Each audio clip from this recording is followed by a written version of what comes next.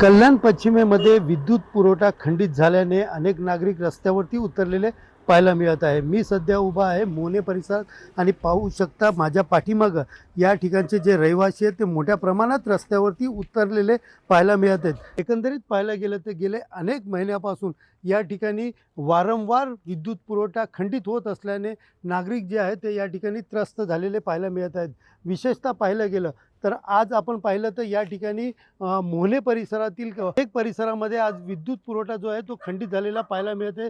कारण या ठिकाणचं एक ट्रान्सफॉर्मर आहे, त्या ट्रान्सफॉर्मरला अचानक त्या ठिकाणी आग लागल्याने जवळपासच्या अनेक ट्रान्सफॉर्मरच्या डीपी जे आहेत ते उडालेले आहेत आणि त्यामुळे शहाड असेल, त्याचबरोबर आंबिवली असेल, त्याचबरोबर मोहने असतील, टिटवाळा असेल, या सर्वच परिसरातील अनेक परिसरामध्ये विद्युत पुरवठा जो आहे तो या ठिकाणी खंडित झालेला आहे आणि त्यामुळे अनेक नागरिक जे आहेत, जे रहिवासी आहेत त्यामुळे रस्त्यावरती उतरलेले पाहायला मिळत आहेत। एकंदरीत या नागरिकांच्या काय भावना आहेत आपण त्यांच्याकडनं जाणून घेऊया।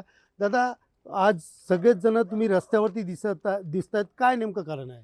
हे बघा, 12-12 तास आम्ही सकाळी उठल्यापासून ड्युटीला जातो, उन्हातान्हात काम करतो। काल रात्री पण तीच अवस्था होती, 3-3:30ला लाईट गेली, सकाळी 1ला आली, रात्रीवर झोप नाही। आज पण तीच आहे, आज 11 वाजता लाईट गेले, आता बोलता ट्रान्सफॉर्मर उडलेला आहे। असे 8-10 दिवस झाले लगातार आमचं हीच गोष्ट चालू आहे। आणि आमच्या पण शरीराचं काय आहे का नाही, आमच्या पण आरोग्याचा त्रास होतोय, बीपीचा त्रास होतोय। दिवसभर काम करायचं, रात्री झोप नाही होत, परत दिवसभर उठून कामाला जायचं। लहान मुलं आहेत घरात, कोणाच्या बाया गरोदर आहेत, कोणाच्या बायपास झालेलं आहे। तुम्ही अक्षरशः बघितलं ना, रडकुंडीला येणारी परिस्थिती झालेली आहे आमच्या इथं। स्थानिक आहात तुम्ही रस्त्यावरती आहेत, विद्युत जे कार्यालय आहे त्याच्यावरती अनेक नागरिक तक्रार द्यायला जातात, तुम्हीही गेलेले, काय नेमकं चित्र दिसलं आणि काय तुमचा संताप आहे? मी स्थानिक नगरसेवक या नात्याने या ठिकाणी वारंवार या ठिकाणच्या परिसराची नेहमी तक्रार करत असतो। कारण की या ठिकाणी 3 ते 4 हजार नागरिकांची वस्ती आहे आणि जो ट्रान्सफॉर्मर आहे त्याची क्षमता तेवढी नाही आहे। मी वारंवार लेखी तक्रार देऊनसुद्धा त्यांनी ट्रान्सफॉर्मरची क्षमता नसताना टेकीन 10 ट्रान्सफॉर्मर बसवण्यात आलेला आहे। गेल्या 8 दिवसापासून नागरिक या ठिकाणी त्रस्त आहेत।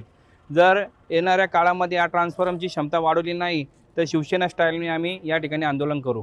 दादा, या ठिकाणी आपण ज्या पद्धतीने बघितलं, विद्युत पुरवठा करण्यासाठी जो विद्युत पुरवठा होतो त्याचा जो भर आहे किंवा बिल आहे मोठ्या प्रमाणात देतात।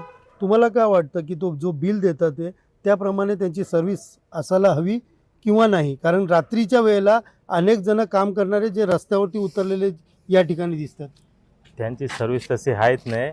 पहिली गोष्ट ते लाईट गेली, एक दिवस पण आपण लेट झालो बिल भरायला, तर दुसऱ्या दिवशी ते मीटर कापायला येतात आणि आपण विचारलं तर आपल्याला सांगतात की बाबा तुम्ही बिल भरा, नंतर आम्ही चालू करू। यांची सर्व्हिस नाही ते बरोबर तशी। दादा, तुम्ही नेमकं आता किती वर्षापासून इकडे राहतात आणि आज म्हणजे गेल्या काही दिवसापासून तुम्ही रस्त्यावरती संध्याकाळच्या वेळेला थांबता, काय नेमकं कारण आहे? आज 25 साल से मैं इधर रहता हूँ। बाकी अभी महीना 2 महीने से ये तकलीफ चालू हो गई। लाइट तो आ नहीं रहा, आ रहा है, जा रहा है। तकलीफ है, शरीर का तकलीफ है, प्रॉब्लम है। दिन में काम करके रात को सोना पड़ता है, इसकी वजह से बहुत तकलीफ है। एकंदरीत पाहायला गेलं तर या ठिकाणी जे रहिवासी आहेत ते रस्त्यावरती उतरलेले आहेत।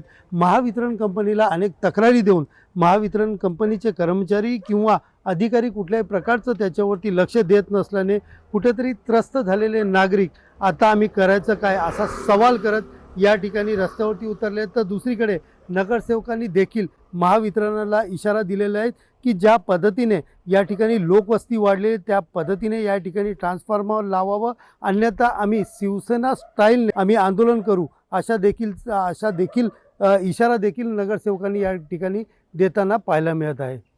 कॅमेरा पर्सन इस्माईल शेखसह सुनील जाधव, TV9 मराठी, मोहने।